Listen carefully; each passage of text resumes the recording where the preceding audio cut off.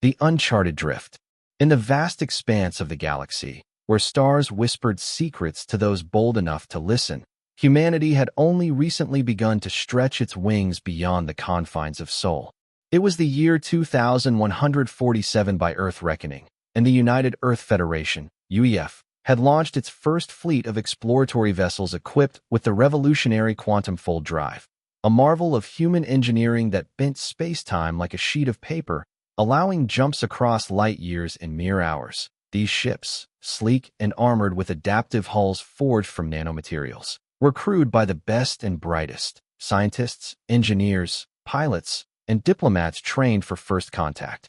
The flagship, UEF Odyssey, led a convoy of 3 vessels: the research cruiser Athena, the supply hauler Endurance, and the scout frigate Vanguard. Captain Elena Vasquez, a seasoned veteran with a scar across her cheek from a rogue asteroid encounter during the Mars Wars, commanded the Odyssey.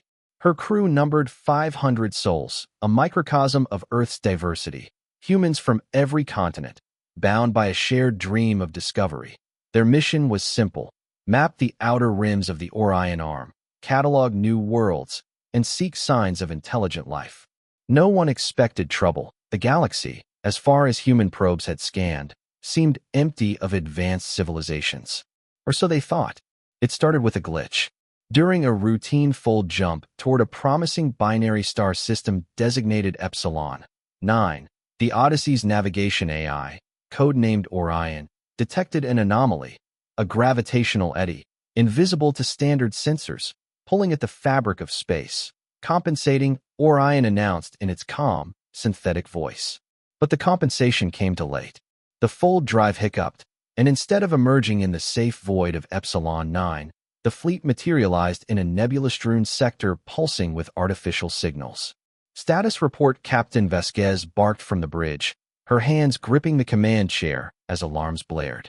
"Captain, we've deviated by 47 light-years," Lieutenant Kira Novak, the navigation officer, reported, her fingers flying over holographic displays, sensors picking up multiple energy signatures. "Ships, stations, this isn't uncharted space." The view screen flickered to life, revealing a breathtaking sight. A sprawling armada of vessels, their designs alien and imposing.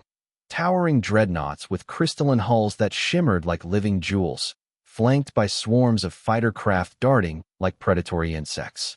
At the center loomed an orbital citadel, a colossal structure the size of a small moon, adorned with spires that glowed with ethereal energy. "Imperial space," whispered Ensign Raj Patel, the xenolinguist, as he deciphered the incoming transmissions. "They're hailing us. Language matrix matching. It's the Galactic Imperium. We've heard rumors from deep space probes, a vast empire spanning thousands of systems, ruled by the Zorathians."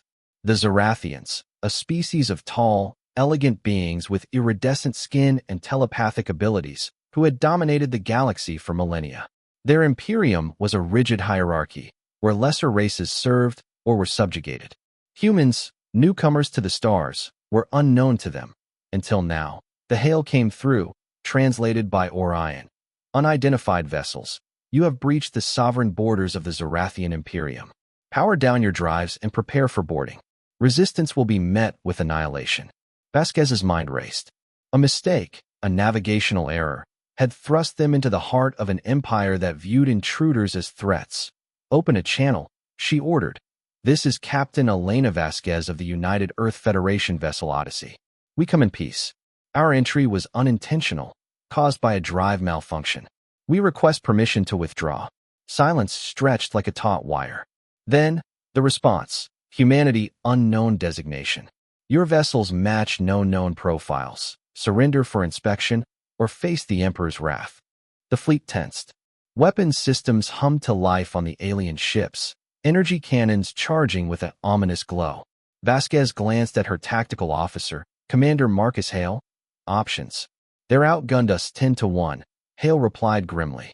"But our shields are experimental, quantum-phased. Might hold for a bit." No one wanted a fight. But as boarding pods launched from the Zorathian dreadnoughts, humanity's first interstellar encounter teetered on the edge of war. Meanwhile, aboard the Imperial flagship, the Vengeance of Zorath, Grand Admiral Lyrax observed the intruders with curiosity tinged with disdain. His telepathic mind probed the void, sensing the humans' confusion but also their resolve. Primitives, he muttered to his aides. Yet their technology, intriguing. Capture them intact. The boarding parties, elite Zorathian warriors clad in power armor that amplified their psionic abilities, latched onto the Odyssey's hull. Breaching charges detonated, and the invaders poured in, expecting quick submission. They were wrong. Human Marines, trained in zero-G combat and armed with railguns and plasma cutters, met them in the corridors. The first Zorathian to enter was felled by a precise shot from Sergeant Lila Chun, her exosuit enhancing her speed. Hostiles engaged, she shouted over comms. The battle was fierce but brief. Zorathians relied on telepathic disruption to disorient foes, but human neural implants, designed to counter AI hacks, blocked the psionic waves. Railgun slugs tore through armor, and improvised EMP grenades disrupted enemy shields. In minutes, the boarding party was repelled, their survivors retreating in shock. They resist, Lyrax exclaimed, his mind reeling. No species had ever withstood a Zorathian assault so handily. Back on the Odyssey, Vasquez addressed her crew. We didn't come for war, but we won't be taken. Engineering, get that full drive online. We're getting out of here. But as the drive spooled up, a massive energy field enveloped the fleet, a Zorathian interdiction net, preventing jumps. Trapped, the humans had no choice but to fight or negotiate. Little did they know, their defiance had already sent ripples through the Imperium. Whispers spread. These humans were no ordinary intruders. They were something new, something dangerous. And the galaxy watched, breathless, the Imperial reckoning. The interdiction field shimmered like a veil of starlight, locking the human fleet in place. Captain Vasquez stared at the tactical display, her face a mask of determination. Options, people. We can't jump, and we can't outrun them. Commander Hale leaned over the console. Their field is generated from that citadel. If we can disrupt it maybe with a targeted strike. Too risky, interjected Dr. Amelia Torres, the chief scientist. Scans show it's powered by a fusion core. But look at this. She pulled up a holographic scan. There's a weak point in their array, a relay station on the outskirts. Vanguard could slip through, sabotage it. Vasquez nodded to DO it. Vanguard, this is Odyssey. Captain Reyes, you're up. Aboard the Vanguard, Captain Sofia Reyes, a wiry pilot with a reputation for daring maneuvers, grinned. Copy that. Going dark. The scout frigate, smaller and stealthier than its companions, activated its cloaking field, a human innovation using metamaterials to bend light. It slipped away from the formation, weaving through the Zorathian patrols like a ghost. Meanwhile, the Imperium mobilized. Grand Admiral Lyrax, aboard the Vengeance, convened his council. These humans possess technology beyond our archives. Their minds resist our probes. We must learn their secrets. Subcommander Vexer, a grizzled veteran, sneered. They are but insects. Crush them. But Lyrax sensed more. Telepathic echoes from the repelled borders spoke of human tenacity, their unyielding spirit. No, the Emperor demands captives. Deploy the Psi Legion. The Psi Legion, elite psionic warriors capable of mind-shattering attacks. They launched in assault shuttles, targeting the Athena. On the research cruiser, panic ensued as the shuttles docked. Intruders on decks 3 and 5, alarms wailed. Dr. Elias Grant, lead xenobiologist, barricaded himself in the lab with a handful of crew. We can't let them take our data cores, he said, clutching a data pad filled with human knowledge. The Psi Legion breached, their auras glowing with psychic energy. One extended a hand, unleashing a wave of mental agony. Crew members screamed, collapsing. But not all. Petty Officer Jamal Kingston, a former street fighter from New Lagos, shook off the assault. His neural dampener held, and he charged, wielding a vibro-knife. Come on, you glowy bastards. The fight spilled into the corridors, humans using guerrilla tactics, ambushes from vents, improvised explosives from lab chemicals. One Zorathian psi-blast backfired when it hit a reflective panel, stunning the attacker. Reyes and the Vanguard reached the relay station. Charges set, she reported. Detonating in 3, 2, 1. The explosion rippled through space, fracturing the interdiction field. Field down. Novak shouted on the Odyssey. "Jump now," Vasquez ordered. But as the fleet initiated folds, a Zorathian battleship fired a tractor beam, snaring the Endurance. The supply hauler groaned under the strain. "They're taking the Endurance." Hale yelled. Aboard the hauler, Captain Theo Lang fought to break free. Reroute power to thrusters. It was futile. The Zorathians pulled them in, docking clamps engaging. Vasquez made a split decision. "We can't leave them. Athena, cover us." Odyssey advancing. What followed was a daring rescue. The Odyssey and Athena unleashed a barrage of missiles, human smart munitions that adapted mid-flight, evading countermeasures. Zorathian shields flared, but cracks appeared. Fighter squadrons clashed. Human pilots, with their instinctive flair for dogfights honed in atmospheric simulations, outmaneuvered the rigid Zorathian formations. Lieutenant Arya Voss and her interceptor scored 3 kills, her voice triumphant over comms. "That's for Earth." The rescue team from Odyssey boarded the Endurance via emergency tethers. In 0G, they fought through Zorathian guards, freeing the crew. Lyrax watched in disbelief. Impossible. Their coordination. It's as if they think as one, yet without psionics. The humans escaped, folding away just as reinforcements arrived. But not without cost. Dozens dead, ships damaged. In the Imperium's core worlds, news spread like wildfire. The Emperor, Zorath the Eternal, summoned Lyrax. "Explain this humiliation." "Sire, these humans, they adapt. They innovate under pressure. We must study them." The Emperor's eyes narrowed. "Then pursue. Bring me their leaders." The chase began, across nebulae and asteroid fields. Humans, outmatched in numbers, relied on cunning. False trails with decoy drones, ambushes in gas giants' rings. One skirmish saw the vanguard lure a Zorathian cruiser into a gravity well, where human gravity mines collapsed it into scrap. Whispers grew. Humans weren't just survivors, they were warriors. The galaxy's undercurrents buzzed with tales of these upstarts defying the Imperium allies in the shadows. Fleeing deeper into uncharted space, the human fleet licked its wounds. Repairs were makeshift, morale strained. Captain Vasquez gathered her officers in the Odyssey's war room. "We've poked the hornet's nest. The Imperium won't stop." Dr. Torres displayed a star map. Scans show neutral zones ahead, territories of the fringe alliances, races oppressed by the Zorathians. "Maybe allies." "Risky," Hale cautioned. "They might turn us in." But options were slim.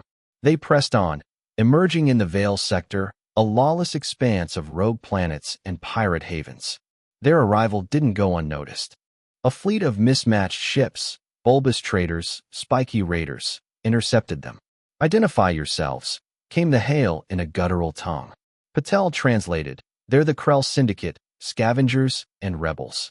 Vasquez responded, "We are humans from Earth. We seek refuge from the Imperium." Laughter echoed over the channel. Then, a voice, "Humans? The ones who bloodied Lyrax's nose. Come aboard the Nexus. We talk." The Nexus was a floating bazaar, a cobbled-together station teeming with aliens. Furry Krell with multiple arms, avian-like Siri with iridescent feathers, and shadowy Vorn infiltrators. Warlord Grak, a burly Krell with scars from Imperial lashes, greeted them. "You fight Zorathians and live? Impressive. What you offer?" Vasquez laid it out. Human tech, medical nanites, advanced AI, weapon schematics, in exchange for aid. Grak pondered. "Imperium crushes us for cycles. With you, maybe strike back." An alliance formed. The fringe bolstered the human fleet with ships and warriors. Training ensued. Humans taught close-quarters combat. Aliens shared anti-psionic tech. Meanwhile, Lyrax's pursuit intensified. He rallied Imperial fleets, broadcasting bounties on the humans. A trap was set in the asteroid belt of Thorn. Zorathian scouts lured the allies in. The battle erupted. Human-alien fighters swarmed, Krell boarding parties rampaging through enemy hulls. Vasquez led from the Odyssey, her ship dancing through debris. Target their command vessel. A daring maneuver. Vanguard, cloaked, planted a virus in the Vengeance's systems, human code that mimicked Zorathian signals, causing friendly fire. Chaos reigned. Imperial ships turned on each other, psionic confusion amplified by the virus. Lyrax escaped, but his fleet was decimated. These humans, they corrupt everything they touch, he raged. News reached the galactic core. Races long subjugated stirred. The Draken Confederation sent envoys, offering support. Your defiance inspires, their ambassadors said. Humans shared knowledge freely, agriculture tech to feed starving worlds, medicine to cure plagues. In return, they gained exotic weapons, Siri phase shifters, Vorn stealth fields. A coalition grew, shadows uniting against the light of the Imperium. But betrayal loomed. A Vorn spy, bought by Imperial gold, leaked coordinates. The Imperium struck at the coalition's heart, a hidden base on a rogue planet. The defense was epic. Humans rigged the planet's core with seismic charges, turning it into a trap. As Imperial troops landed, quakes swallowed legions. In space, the battle raged. Endurance, repurposed as a ramship, sacrificed itself to breach a dreadnought's hull. Losses mounted, but the coalition held. Lyrax, aboard a new flagship, faced Vasquez in a holographic parley. Why fight? Join us and rule, he offered. Vasquez smiled. We don't kneel. We stand. The parley ended in fire. But the humans' unyielding spirit cracked Imperial morale. Desertions began. The galaxy trembled. Humanity, accidental intruders, had ignited a revolution, the galactic shockwave. The war escalated. The coalition, now the Galactic Free Alliance, GFA, pushed into Imperial territory. Humans led strikes, their adaptability key. Vasquez became a legend, the unbroken captain. Her strategies, feints with holographic decoys, psyops broadcasting human history of resilience. One pivotal battle at Zorath Prime's outer defenses. Imperial armadas massed, but humans unleashed Project Echo, AI-controlled drone swarms that learned from each engagement, evolving tactics in real time. Zorathian lines crumbled. Psionics faltered against human countermeasures, neural jammers mass-produced for allies. Emperor Zorath, in his palace, felt the tide turn. Summon the ancients, he commanded, forgotten weapons from eons past. But it was too late. The GFA fleet breached the core worlds. In the final assault, Odyssey led the charge. Boarding the Imperial citadel, Vasquez's team fought to the throne room. Zorath confronted her, his psionic might unleashed. You are nothing. Vasquez, shielded by tech and will, retorted, we're everything you fear, free. Allies poured in, overwhelming guards. Zorath fell, not to violence, but surrender, his empire fractured. The reaction shocked the galaxy. Humans, mistaken intruders, had toppled a millennium-old regime. Not through brute force, but ingenuity, alliances, and unbreakable spirit. In the aftermath, a new era dawned. Humans brokered peace, sharing tech to rebuild. Races marveled. They crossed by mistake, yet remade us all. HFY echoed across stars. Humanity, fuck yeah.